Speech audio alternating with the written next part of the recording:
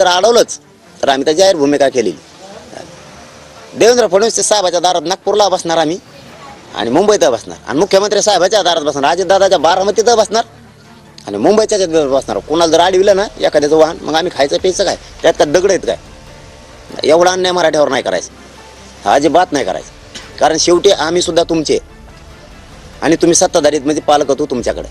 अलीकडच्या काळामध्ये वेगवेगळ्या प्रकारे वाचाळवीरांची संख्या आपण वाढलेली बघतो. ओएडीना मुख्यमंत्र्यांचं सांगितलं की आमचीच विनंती आहे की तुम्ही तुमच्या स्तरावर बैठक घ्या, वेळ आमच्याकडे इथं कमी आहे येण्यासाठी. पण आम्ही त्यांच्या ओएडीकडं मुख्यमंत्री साहेबाचं सांगितलं फोन करून, तुम्ही काय निर्णय आहे तुमचा आम्हाला कळवा.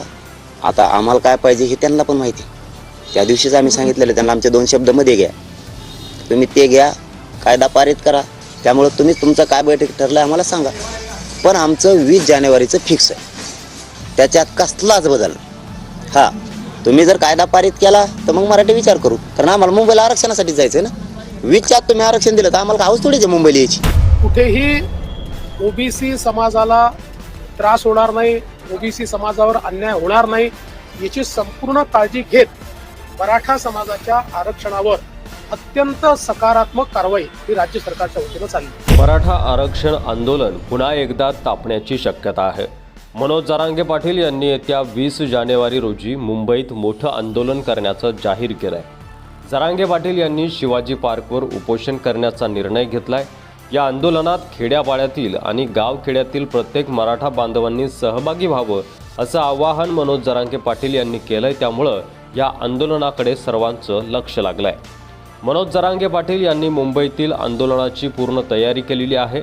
मनोज जरांगे मुंबईत आमरण उपोषण करणार आहेत.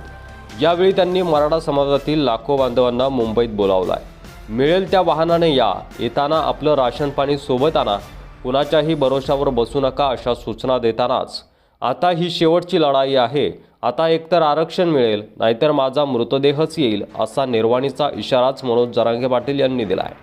यासोबतच 20 जानेवारीच्या अगोदर आरक्षण द्या, मी मुंबईला येणार नाही आणि जर मुंबईला जाताना अडवलं तर शिंदे, फडणवीस आणि अजितदादांच्या घरासमोर बसू असा इशाराही मनोज जरांगे पाटील यांनी सरकारला दिलाय.